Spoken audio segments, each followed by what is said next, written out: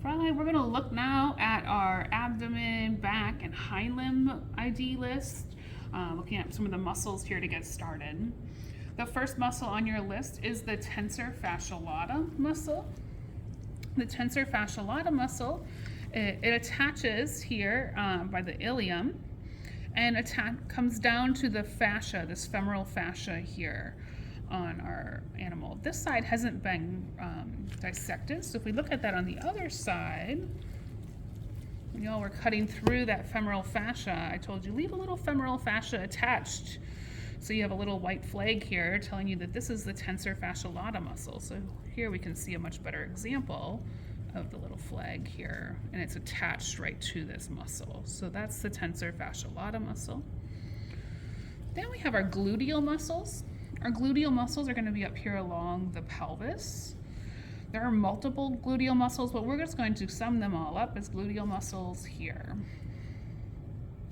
Next muscle to look at is our epaxial muscles. Those epaxial muscles line the lumbar spine. You can see them here. We had to take a thick layer of fascia off to really be able to see those. It's a common place we give IM injections in our pets. So my landmarks for these epaxial muscles, when I'm trying to give an injection, I think of trying to feel the wing of the ilium here, feeling that last rib on my patient, going up, feeling their spine, that lumbar spine, and then just lateral to that, and it's going to get us in the perfect spot every time to get that injection done. Our next group of muscles on our list here is the hamstring group of muscles. Those make up the caudal thigh. The first one is the bicep femoris, and that is this large muscle right here. It makes up the big portion of the back of our thigh. The next one on the list is the semitendinous. So it's more of strap-like, a little bit thinner of a muscle. I like to think he looks more tendon-like with the name semitendinous. He also attaches to the tibia, and tibia, tendon, they both have T in it.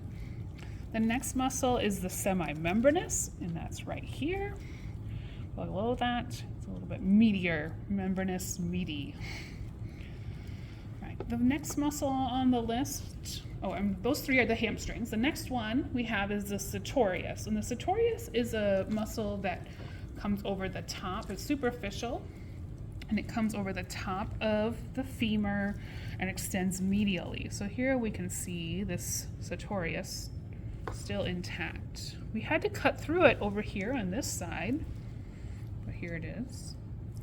To find some muscles below it, but this, the superficial is the sartorius muscle. The next muscle we have on our list is another superficial muscle, the gracilis. It lines the medial caudal part of the thigh here. So on the side we've had to cut that to reflect it back to see deeper muscles that we'll talk about soon. The next muscle on our list is the pectineus muscle. The pectineus muscle is this small kind of spindle-like muscle here and here on each side. I think when I try to find this muscle, I kind of make my animal do the splits a little bit, and it helps it pop out so I can kind of feel that. Remember that pectineus muscle makes up the caudal border of the femoral triangle. So when you feel that, just in front of it is where our vein and artery are going to be coming out of the leg. The next muscle on our list is the adductor. In order to see the adductor, we do have to reflect back this gracilis muscle. We reflect that back here.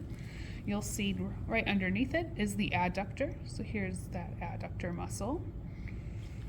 Next to it, this was still the semimembranous. We identified him kind of from this side, but he has one pretty big, meaty, solid muscle, so he goes all the way through. So this is semimembranous adductor here.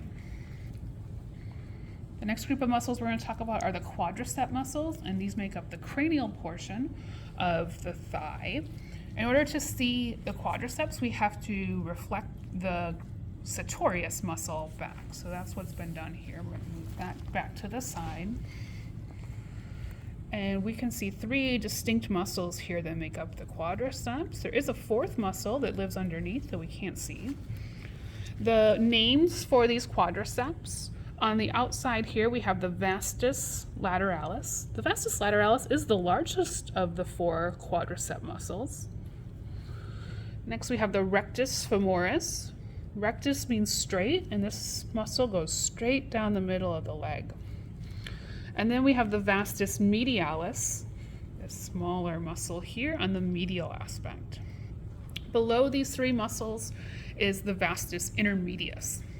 We're not going to be able to visually see him, but we know he's down there.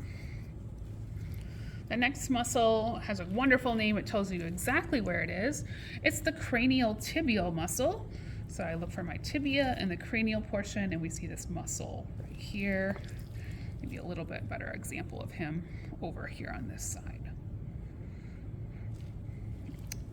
The gastrocnemius is kind of similar to what our calf muscle is. It's going to be this muscle here. So that's on the caudal aspect of our tibia. So this muscle here. And then we also have digital extensors and digital flexors on the hind limb, and they're similar to our forelimb muscles. So remember, on the cranial aspect were extensors, the digital extensors, and then digital flexors are going to be on the caudal aspect. It'll be groups of muscles.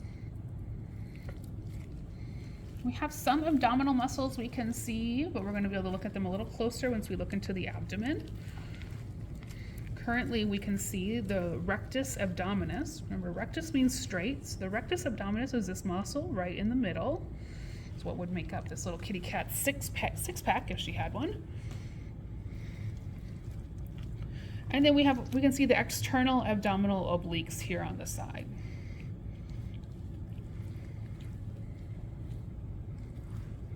Some additional structures you need to be able to see in your cat will be the sciatic nerve. The sciatic nerve lives underneath the bicep femoris. You can see this large nerve